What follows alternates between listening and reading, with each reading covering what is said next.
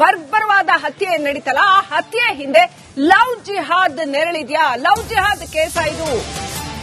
Republic ಕನ್ನಡಕ್ಕೆ ಮಾಜಿ ಸಚಿವ ಬಿಸಿ ಪಾಟೀಲ್ ಹೇಳಿಕೆ ಕೊಟ್ಟಿದ್ದಾರೆ. ರಾಜ್ಯದಲ್ಲಿ ಕಾನೂನು ಸುವ್ಯವಸ್ಥೆ ಸತ್ತು ಹೋಗಿದೆ, ಸರ್ಕಾರದ ವಿರುದ್ಧ ಸಿಡಿದಿದ್ದಾರೆ ಮಾಜಿ ಸಚಿವ ಬಿಸಿ ಪಾಟೀಲ್. ಲವ್ ಜಿಹಾದ್ ಕೇಸ್ ಇದು ಅನ್ನೋ ಮಾತು ಬಹಳ ಸ್ಪಷ್ಟವಾಗಿ ಕೇಳಿ ಬರ್ತಾ ಇದೆ. ಇದೀಗ ಬಿಸಿ ಪಾಟೀಲ್ ಕೂಡ ಸರ್ಕಾರದ ವಿರುದ್ಧ, ಕಾನೂನು ಸುವ್ಯವಸ್ಥೆಯ ವಿರುದ್ಧ ಆಕ್ರೋಶ ವ್ಯಕ್ತಪಡಿಸಿದ್ದಾರೆ. ಹಾವೇರಿಯಲ್ಲಿ ಸ್ವಾತಿ ಎನ್ನುವಂತಹ ನರ್ಸ್ ಹೆಣ್ಣುಮಗಳು ಹತ್ಯೆ ಆಗಿರೋ ವಿಚಾರಕ್ಕೆ ಸಂಬಂಧಪಟ್ಟಂತೆ ರಿಪಬ್ಲಿಕ್ ಕನ್ನಡಕ್ಕೆ ಬಿಸಿ ಪಾಟೀಲ್ ರಿಯಾಕ್ಟ್ ಮಾಡಿದ್ದಾರೆ.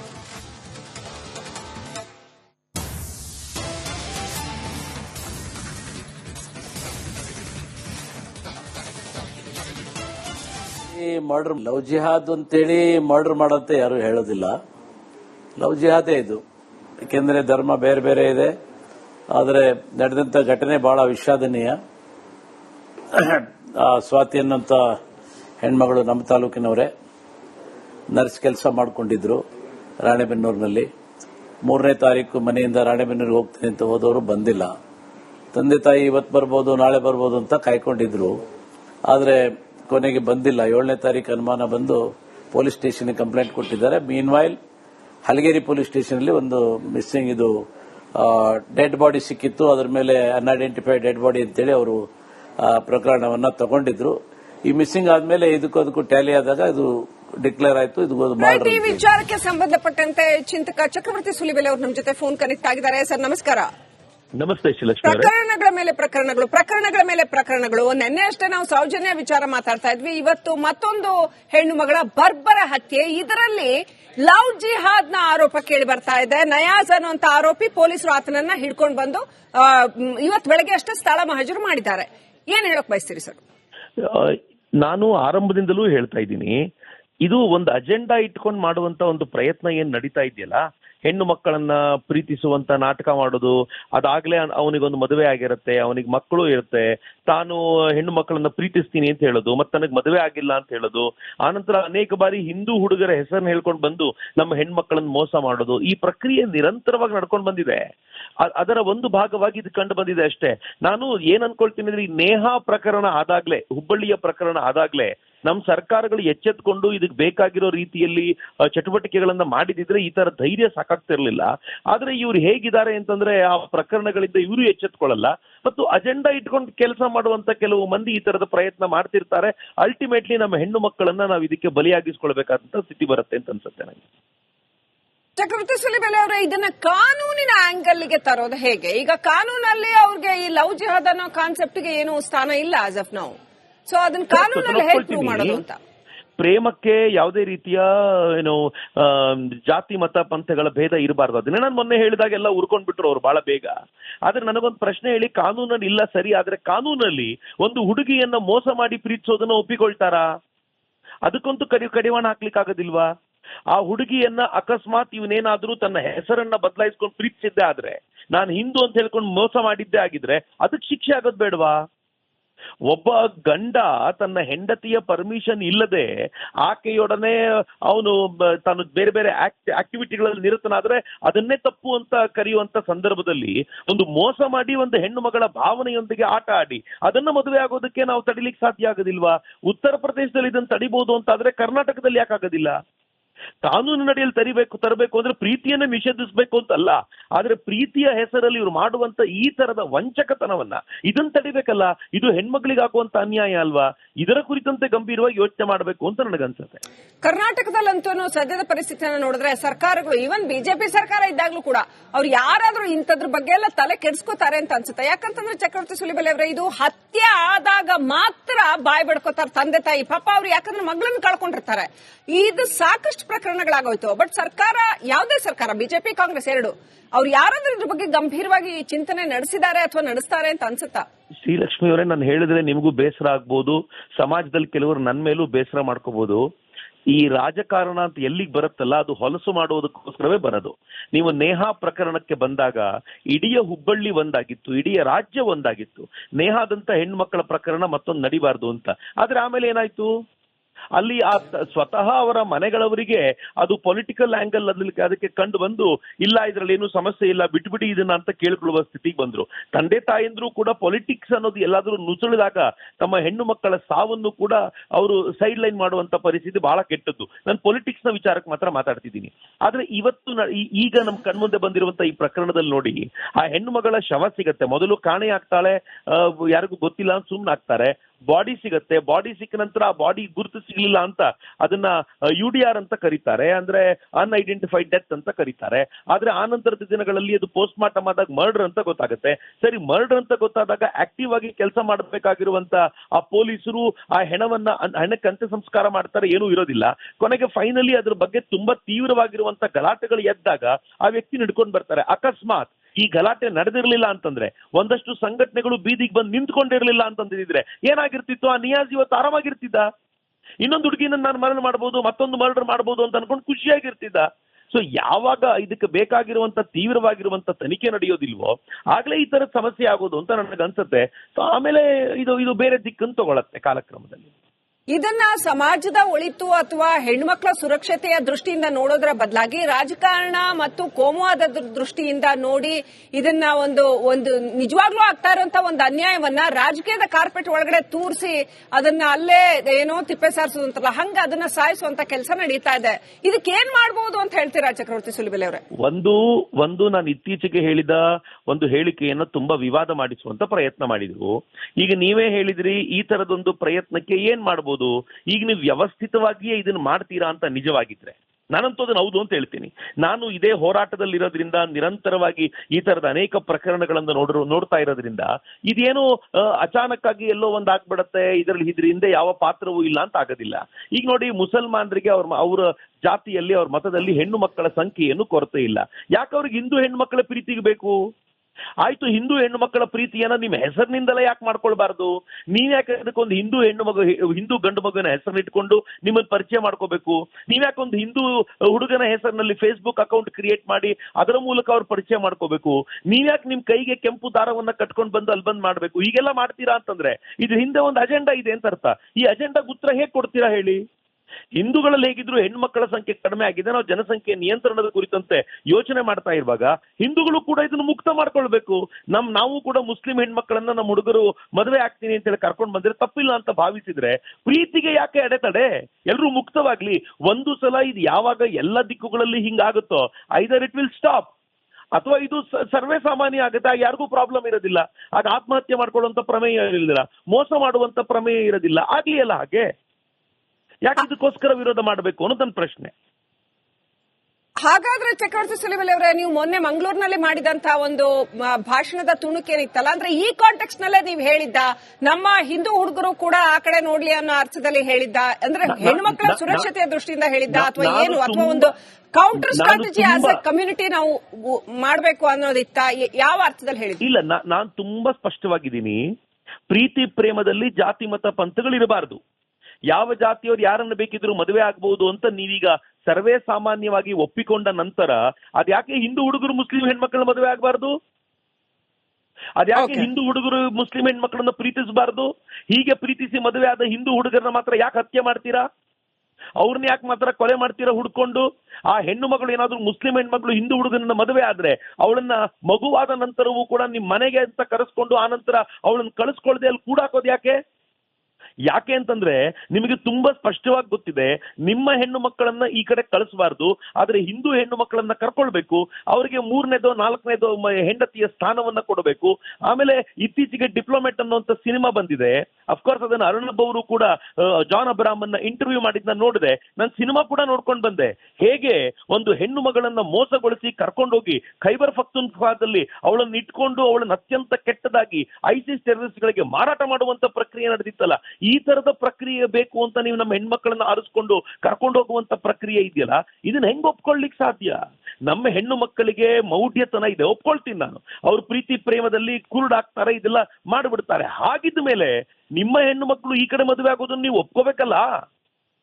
ಇದು ಕೌಂಟರ್ ಸ್ಟ್ರಾಟಜಿಯ ಪ್ರಶ್ನೆಯೇ ಅಲ್ಲ, ಇದು ನೇರವಾಗಿರುವಂತ ಚರ್ಚೆ. ಇದು ಮುಕ್ತವಾಗಿ ಸಮಾಜದಲ್ಲಿ ಚರ್ಚೆಗೆ ಬರಬೇಕು, ಎಲ್ಲರೂ ಕೂಡ ಈ ಕುರಿತಂತೆ ಮಾತನಾಡುವಂತಾಗಬೇಕು ಅಂತ ನನ್ನ ಅಪೇಕ್ಷೆ ಇದೆ ಅಷ್ಟೇ. ಸೊ ದಟ್ ಒಂದೋ ಹಿಂದೂ ಹೆಣ್ಮಕ್ಳು ಉಳಿಬೇಕು, ಇಲ್ಲ ಅಂತಂದ್ರೆ ಹಿಂದೂ ಗಂಡು ಮಕ್ಕಳು ಕೂಡ ಈ ತರದ ಚಿಂತನೆಯನ್ನ ತಮ್ಮದಾಗಿಸ್ಕೊಳ್ಬೇಕು ಅಂತ ನನಗನ್ಸುತ್ತೆ. That's very convincing. Thank you Chakravarthy Sulibele ಅವರ ರಿಪಬ್ಲಿಕ್ ಕನ್ನಡಕ್ಕೆ ಮಾತನಾಡೋದಕ್ಕೆ.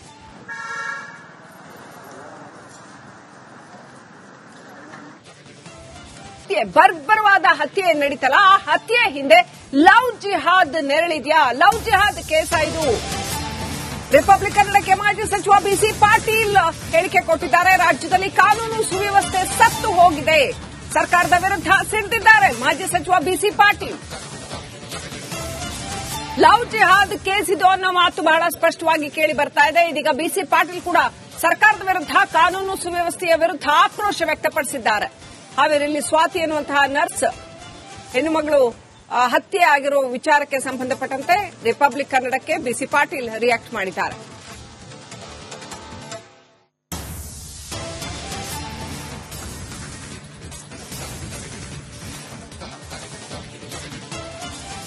ಮರ್ಡರ್ ಲವ್ ಜಿಹಾದ್ ಅಂತೇಳಿ ಮರ್ಡರ್ ಮಾಡಂತ ಯಾರು ಹೇಳೋದಿಲ್ಲ. ಲವ್ ಜಿಹಾದೇ ಇದು. ಯಾಕೆಂದ್ರೆ ಧರ್ಮ ಬೇರೆ ಬೇರೆ ಇದೆ, ಆದರೆ ನಡೆದಂತ ಘಟನೆ ಬಹಳ ವಿಷಾದನೀಯ. ಸ್ವಾತಿ ಅನ್ನೋಂಥ ಹೆಣ್ಮಗಳು ನಮ್ಮ ತಾಲೂಕಿನವರೇ, ನರ್ಸ್ ಕೆಲಸ ಮಾಡಿಕೊಂಡಿದ್ರು ರಾಣೆಬೆನ್ನೂರಿನಲ್ಲಿ. 3ನೇ ತಾರೀಕು ಮನೆಯಿಂದ ರಾಣೆಬೆನ್ನೂರಿಗೆ ಹೋಗ್ತೀನಿ ಅಂತ ಹೋದವರು ಬಂದಿಲ್ಲ. ತಂದೆ ತಾಯಿ ಇವತ್ತು ಬರ್ಬೋದು ನಾಳೆ ಬರ್ಬೋದು ಅಂತ ಕಾಯ್ಕೊಂಡಿದ್ರು, ಆದರೆ ಕೊನೆಗೆ ಬಂದಿಲ್ಲ. 7ನೇ ತಾರೀಕು ಅನುಮಾನ ಬಂದು ಪೊಲೀಸ್ ಸ್ಟೇಷನ್ಗೆ ಕಂಪ್ಲೇಂಟ್ ಕೊಟ್ಟಿದ್ದಾರೆ. ಮೀನ್ವೈಲ್ ಹಲಗೇರಿ ಪೊಲೀಸ್ ಸ್ಟೇಷನ್ನಲ್ಲಿ ಒಂದು ಮಿಸ್ಸಿಂಗ್ ಇದು ಡೆಡ್ ಬಾಡಿ ಸಿಕ್ಕಿತ್ತು. ಅದರ ಮೇಲೆ ಅನ್ಐಡೆಂಟಿಫೈಡ್ ಡೆಡ್ ಬಾಡಿ ಅಂತೇಳಿ ಅವರು ಪ್ರಕರಣವನ್ನ ತಗೊಂಡಿದ್ರು. ಈ ಮಿಸ್ಸಿಂಗ್ ಆದ್ಮೇಲೆ ಇದಕ್ಕೂ ಟ್ಯಾಲಿ ಆದಾಗ ಇದು ಡಿಕ್ಲೇರ್ ಆಯಿತು. ಇದು ಈ ವಿಚಾರಕ್ಕೆ ಸಂಬಂಧಪಟ್ಟಂತೆ ಚಿಂತಕ ಚಕ್ರವರ್ತಿ ಸೂಲಿಬೆಲೆ ಅವರು ನಮ್ಮ ಜೊತೆ ಫೋನ್ ಕನೆಕ್ಟ್ ಆಗಿದ್ದಾರೆ. ಸರ್ ನಮಸ್ಕಾರ. ನಮಸ್ತೆ ಶ್ರೀಲಕ್ಷ್ಮಿ. ಪ್ರಕರಣಗಳ ಮೇಲೆ ಪ್ರಕರಣಗಳು. ನಿನ್ನೆ ಅಷ್ಟೇ ನಾವು ಸೌಜನ್ಯ ವಿಚಾರ ಮಾತಾಡ್ತಾ ಇದ್ವಿ. ಇವತ್ತು ಮತ್ತೊಂದು ಹೆಣ್ಣು ಮಗಳ ಬರ್ಬರ ಹತ್ಯೆ. ಇದರಲ್ಲಿ ಲವ್ ಜಿಹಾದ್ ನ ಆರೋಪ ಕೇಳಿ ಬರ್ತಾ ಇದೆ. ನಯಾಜ್ ಅನ್ನುವಂತ ಆರೋಪಿ ಪೊಲೀಸರು ಆತನನ್ನ ಹಿಡ್ಕೊಂಡು ಬಂದು ಇವತ್ತು ಬೆಳಗ್ಗೆ ಅಷ್ಟೇ ಸ್ಥಳ ಮಹಜರು ಮಾಡಿದ್ದಾರೆ. ಏನ್ ಹೇಳಕ್ ಬಯಸ್ತೀರಿ ಸರ್? ನಾನು ಆರಂಭದಿಂದಲೂ ಹೇಳ್ತಾ ಇದ್ದೀನಿ, ಇದು ಒಂದು ಅಜೆಂಡಾ ಇಟ್ಕೊಂಡು ಮಾಡುವಂತ ಒಂದು ಪ್ರಯತ್ನ ಏನ್ ನಡೀತಾ ಇದೆಯಲ್ಲ, ಹೆಣ್ಣು ಮಕ್ಕಳನ್ನ ಪ್ರೀತಿಸುವಂತ ನಾಟಕ ಮಾಡೋದು, ಅದಾಗ್ಲೇ ಅವನಿಗೊಂದು ಮದುವೆ ಆಗಿರುತ್ತೆ, ಅವನಿಗೆ ಮಕ್ಕಳು ಇರುತ್ತೆ, ತಾನು ಹೆಣ್ಣು ಮಕ್ಕಳನ್ನ ಪ್ರೀತಿಸ್ತೀನಿ ಅಂತ ಹೇಳೋದು, ಮತ್ತೆ ನನಗೆ ಮದುವೆ ಆಗಿಲ್ಲ ಅಂತ ಹೇಳೋದು, ಆನಂತರ ಅನೇಕ ಬಾರಿ ಹಿಂದೂ ಹುಡುಗರ ಹೆಸರನ್ನ ಹೇಳ್ಕೊಂಡು ಬಂದು ನಮ್ಮ ಹೆಣ್ಮಕ್ಳನ್ನ ಮೋಸ ಮಾಡೋದು, ಈ ಪ್ರಕ್ರಿಯೆ ನಿರಂತರವಾಗಿ ನಡ್ಕೊಂಡು ಬಂದಿದೆ. ಅದರ ಒಂದು ಭಾಗವಾಗಿ ಇದು ಕಂಡು ಬಂದಿದೆ ಅಷ್ಟೇ. ನಾನು ಏನ್ ಅನ್ಕೊಳ್ತೀನಿ ಅಂದ್ರೆ, ಈ ನೇಹಾ ಪ್ರಕರಣ ಆದಾಗ್ಲೇ, ಹುಬ್ಬಳ್ಳಿಯ ಪ್ರಕರಣ ಆದಾಗ್ಲೇ ನಮ್ಮ ಸರ್ಕಾರಗಳು ಎಚ್ಚೆತ್ಕೊಂಡು ಇದಕ್ಕೆ ಬೇಕಾಗಿರೋ ರೀತಿಯಲ್ಲಿ ಚಟುವಟಿಕೆಗಳನ್ನ ಮಾಡಿದಿದ್ರೆ ಈ ತರ ಧೈರ್ಯ ಸಾಕಾಗ್ತಿರ್ಲಿಲ್ಲ. ಆದ್ರೆ ಇವ್ರು ಹೇಗಿದ್ದಾರೆ ಅಂತಂದ್ರೆ, ಆ ಪ್ರಕರಣಗಳಿಂದ ಇವರು ಎಚ್ಚೆತ್ಕೊಳ್ಳಲ್ಲ ಮತ್ತು ಅಜೆಂಡಾ ಇಟ್ಕೊಂಡು ಕೆಲಸ ಮಾಡುವಂತ ಕೆಲವು ಮಂದಿ ಈ ತರದ ಪ್ರಯತ್ನ ಮಾಡ್ತಿರ್ತಾರೆ. ಅಲ್ಟಿಮೇಟ್ಲಿ ನಮ್ಮ ಹೆಣ್ಣು ಮಕ್ಕಳನ್ನ ನಾವು ಇದಕ್ಕೆ ಬಲಿಯಾಗಿಸ್ಕೊಳ್ಬೇಕಾದಂತ ಸ್ಥಿತಿ ಬರುತ್ತೆ ಅಂತ ಅನ್ಸುತ್ತೆ ನನಗೆ. ಚಕ್ರವರ್ತಿ ಸೂಲಿಬೆಲೆ ಅವರೇ, ಇದನ್ನ ಕಾನೂನಿನ ಆಂಗಲ್ಗೆ ತರೋದು ಹೇಗೆ? ಈಗ ಕಾನೂನಲ್ಲಿ ಅವ್ರಿಗೆ ಈ ಲವ್ ಜಿಹಾದ್ ಅನ್ನೋ ಕಾನ್ಸೆಪ್ಟ್ಗೆ ಏನು ಸ್ಥಾನ ಇಲ್ಲ ಆಸ್ ಆಫ್ ನೌ. ಸೊ ಅದನ್ನ ಕಾನೂನಲ್ಲಿ ಹೇಗೆ ಪ್ರೂವ್ ಮಾಡೋದು ಅಂತ? ಪ್ರೇಮಕ್ಕೆ ಯಾವುದೇ ರೀತಿಯ ಜಾತಿ ಮತ ಪಂಥಗಳ ಭೇದ ಇರಬಾರ್ದು. ಅದನ್ನೇ ನಾನು ಮೊನ್ನೆ ಹೇಳಿದಾಗ ಎಲ್ಲ ಉರ್ಕೊಂಡ್ಬಿಟ್ರು ಅವ್ರು ಬಹಳ ಬೇಗ. ಆದ್ರೆ ನನಗೊಂದು ಪ್ರಶ್ನೆ ಹೇಳಿ, ಕಾನೂನಲ್ಲಿ ಇಲ್ಲ ಸರಿ, ಆದ್ರೆ ಕಾನೂನಲ್ಲಿ ಒಂದು ಹುಡುಗಿಯನ್ನ ಮೋಸ ಮಾಡಿ ಪ್ರೀತಿಸೋದನ್ನ ಒಪ್ಪಿಕೊಳ್ತಾರಾ? ಅದಕ್ಕಂತೂ ಕಡಿವಾಣ ಹಾಕ್ಲಿಕ್ಕೆ ಆಗೋದಿಲ್ವಾ? ಆ ಹುಡುಗಿಯನ್ನ ಅಕಸ್ಮಾತ್ ಇವನೇನಾದ್ರೂ ತನ್ನ ಹೆಸರನ್ನ ಬದಲಾಯಿಸ್ಕೊಂಡು ಪ್ರೀತಿಸಿದ್ದೆ ಆದ್ರೆ, ನಾನು ಹಿಂದೂ ಅಂತ ಹೇಳ್ಕೊಂಡು ಮೋಸ ಮಾಡಿದ್ದೆ ಆಗಿದ್ರೆ ಅದಕ್ಕೆ ಶಿಕ್ಷೆ ಆಗೋದ್ ಬೇಡವಾ? ಒಬ್ಬ ಗಂಡ ತನ್ನ ಹೆಂಡತಿಯ ಪರ್ಮಿಷನ್ ಇಲ್ಲದೆ ಆಕೆಯೊಡನೆ ಅವನು ತಾನು ಬೇರೆ ಬೇರೆ ಆಕ್ಟಿವಿಟಿಗಳಲ್ಲಿ ನಿರತನಾದ್ರೆ ಅದನ್ನೇ ತಪ್ಪು ಅಂತ ಕರೆಯುವಂತ ಸಂದರ್ಭದಲ್ಲಿ ಒಂದು ಮೋಸ ಮಾಡಿ ಒಂದು ಹೆಣ್ಣು ಮಗಳ ಭಾವನೆಯೊಂದಿಗೆ ಆಟ ಆಡಿ ಅದನ್ನ ಮದುವೆ ಆಗೋದಕ್ಕೆ ನಾವು ತಡಿಲಿಕ್ಕೆ ಸಾಧ್ಯ ಆಗೋದಿಲ್ವಾ? ಉತ್ತರ ಪ್ರದೇಶದಲ್ಲಿ ಇದನ್ನು ತಡಿಬಹುದು ಅಂತಾದ್ರೆ ಕರ್ನಾಟಕದಲ್ಲಿ ಯಾಕಾಗೋದಿಲ್ಲ? ಕಾನೂನು ನಡೆಯಲ್ಲಿ ತರಬೇಕು ಅಂದ್ರೆ ಪ್ರೀತಿಯನ್ನ ನಿಷೇಧಿಸಬೇಕು ಅಂತಲ್ಲ, ಆದ್ರೆ ಪ್ರೀತಿಯ ಹೆಸರಲ್ಲಿ ಇವರು ಮಾಡುವಂತ ಈ ತರದ ವಂಚಕತನವನ್ನ ಇದನ್ನ ತಡಿಬೇಕಲ್ಲ. ಇದು ಹೆಣ್ಮಕ್ಳಿಗೆ ಹಾಕುವಂತ ಅನ್ಯಾಯ ಅಲ್ವಾ? ಇದರ ಕುರಿತಂತೆ ಗಂಭೀರವಾಗಿ ಯೋಚನೆ ಮಾಡಬೇಕು ಅಂತ ನನಗನ್ಸುತ್ತೆ. ಕರ್ನಾಟಕದಲ್ಲಂತೂ ಸದ್ಯದ ಪರಿಸ್ಥಿತಿಯನ್ನು ನೋಡಿದ್ರೆ ಸರ್ಕಾರಗಳು, ಈವನ್ ಬಿಜೆಪಿ ಸರ್ಕಾರ ಇದ್ದಾಗ್ಲೂ ಕೂಡ ಅವ್ರು ಯಾರಾದ್ರೂ ಇಂಥದ್ರ ಬಗ್ಗೆ ಎಲ್ಲ ತಲೆ ಕೆಡಿಸ್ಕೋತಾರೆ ಅಂತ ಅನ್ಸುತ್ತೆ. ಯಾಕಂತಂದ್ರೆ ಚಕ್ರವರ್ತಿ ಸೂಲಿಬೆಲೆ ಅವರೇ, ಇದು ಹತ್ಯೆ ಆದಾಗ ಮಾತ್ರ ಬಾಯ್ ಬಡ್ಕೋತಾರೆ ತಂದೆ ತಾಯಿ. ಪಾಪ ಅವ್ರು ಯಾಕಂದ್ರೆ ಮಗಳನ್ನ ಕಳ್ಕೊಂಡಿರ್ತಾರೆ. ಇದು ಸಾಕಷ್ಟು ಪ್ರಕರಣಗಳಾಗೋಯ್ತು. ಬಟ್ ಸರ್ಕಾರ, ಯಾವುದೇ ಸರ್ಕಾರ, ಬಿಜೆಪಿ ಕಾಂಗ್ರೆಸ್ ಎರಡು, ಅವ್ರು ಯಾರಾದ್ರೂ ಇದ್ರ ಬಗ್ಗೆ ಗಂಭೀರವಾಗಿ ಚಿಂತನೆ ನಡೆಸಿದ್ದಾರೆ ಅಥವಾ ನಡೆಸ್ತಾರೆ ಅಂತ ಅನ್ಸುತ್ತಾ? ಶ್ರೀಲಕ್ಷ್ಮಿ ಅವರೇ, ನಾನು ಹೇಳಿದ್ರೆ ನಿಮಗೂ ಬೇಸರ ಆಗ್ಬೋದು, ಸಮಾಜದಲ್ಲಿ ಕೆಲವರು ನನ್ನ ಮೇಲೂ ಬೇಸರ ಮಾಡ್ಕೋಬಹುದು. ಈ ರಾಜಕಾರಣ ಅಂತ ಎಲ್ಲಿಗೆ ಬರುತ್ತಲ್ಲ ಅದು ಹೊಲಸು ಮಾಡುವುದಕ್ಕೋಸ್ಕರವೇ ಬರೋದು. ನೀವು ನೇಹಾ ಪ್ರಕರಣಕ್ಕೆ ಬಂದಾಗ ಇಡೀ ಹುಬ್ಬಳ್ಳಿ ಒಂದಾಗಿತ್ತು, ಇಡೀ ರಾಜ್ಯ ಒಂದಾಗಿತ್ತು. ನೇಹಾದಂತ ಹೆಣ್ಮಕ್ಳ ಪ್ರಕರಣ ಮತ್ತೊಂದು ನಡಿಬಾರ್ದು ಅಂತ.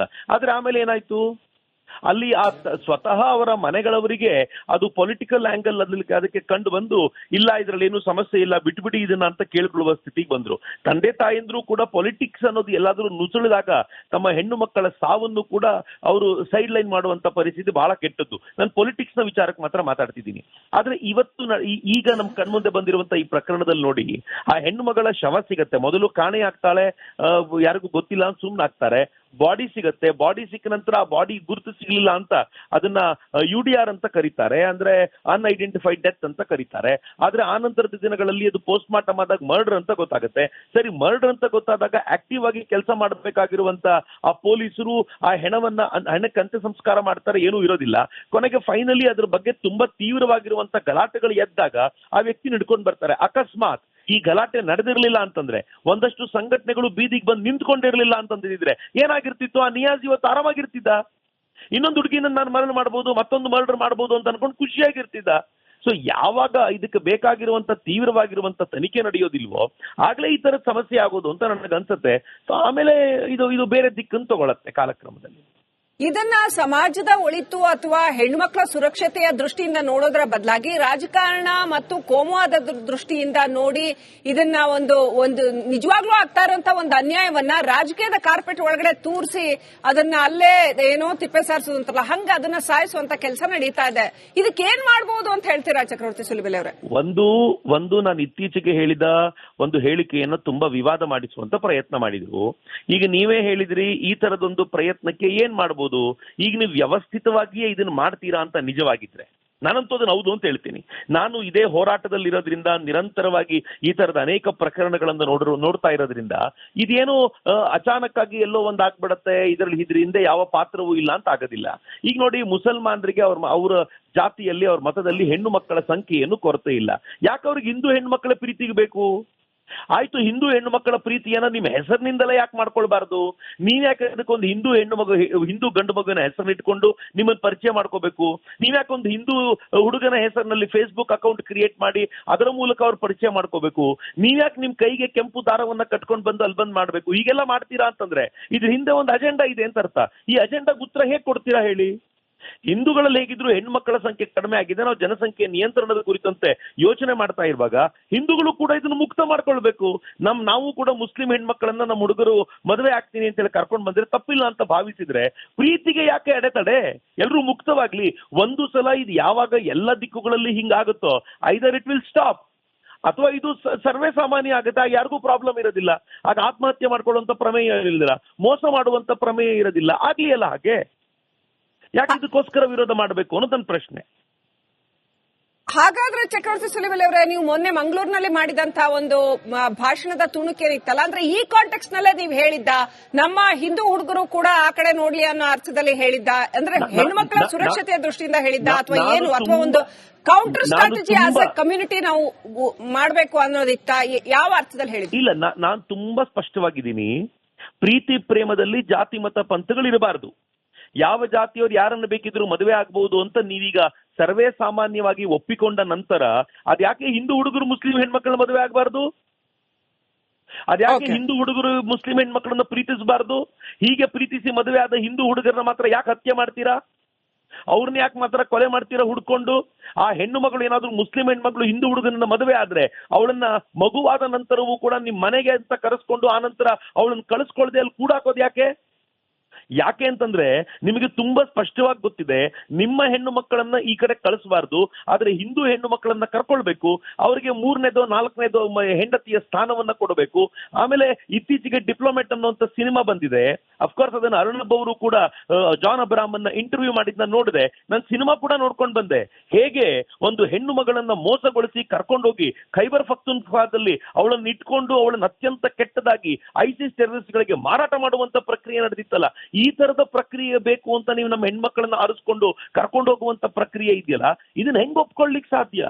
ನಮ್ಮ ಹೆಣ್ಣು ಮಕ್ಕಳಿಗೆ ಮೌಢ್ಯತನ ಇದೆ, ಒಪ್ಕೊಳ್ತೀನಿ ನಾನು. ಅವ್ರ ಪ್ರೀತಿ ಪ್ರೇಮದಲ್ಲಿ ಕುರುಡಾಗ್ತಾರೆ, ಇದೆಲ್ಲ ಮಾಡಿಬಿಡ್ತಾರೆ. ಹಾಗಿದ್ದ ಮೇಲೆ ನಿಮ್ಮ ಹೆಣ್ಣು ಮಕ್ಕಳು ಈ ಕಡೆ ಮದುವೆ ಆಗೋದನ್ನ ನೀವು ಒಪ್ಕೋಬೇಕಲ್ಲ.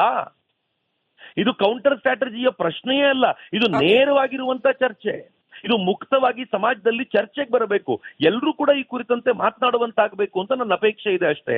ಸೊ ದಟ್ ಒಂದೋ ಹಿಂದೂ ಹೆಣ್ಮಕ್ಳು ಉಳಿಬೇಕು, ಇಲ್ಲ ಅಂತಂದ್ರೆ ಹಿಂದೂ ಗಂಡು ಮಕ್ಕಳು ಕೂಡ ಈ ತರದ ಚಿಂತನೆಯನ್ನ ತಮ್ಮದಾಗಿಸ್ಕೊಳ್ಬೇಕು ಅಂತ ನನಗನ್ಸುತ್ತೆ. That's very convincing. Thank you Chakravarthy Sulibele ಅವರ ರಿಪಬ್ಲಿಕ್ ಕನ್ನಡಕ್ಕೆ ಮಾತನಾಡೋದಕ್ಕೆ.